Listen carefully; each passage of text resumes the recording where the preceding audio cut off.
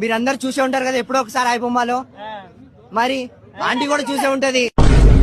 మీసాలు వచ్చినాయి, గడ్డం వచ్చింది, 18 అంటే అరే ఆధార్ కార్డు ఎప్పుడు ఒకసారి చూసే ఉంటది.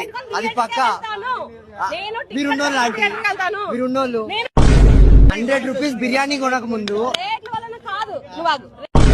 1000 రూపాయల టికెట్లు ఎవరు పెడతారా aunty? A middle class person పెడతాడు?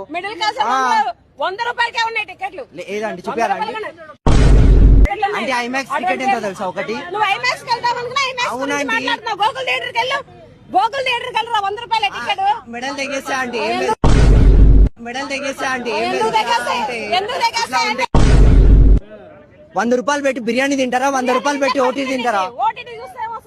మరి మీరే కదా ఆంటీ అంటున్నారు, మీరే కదా అంటున్నారు ఓటీలో చూడండి అని.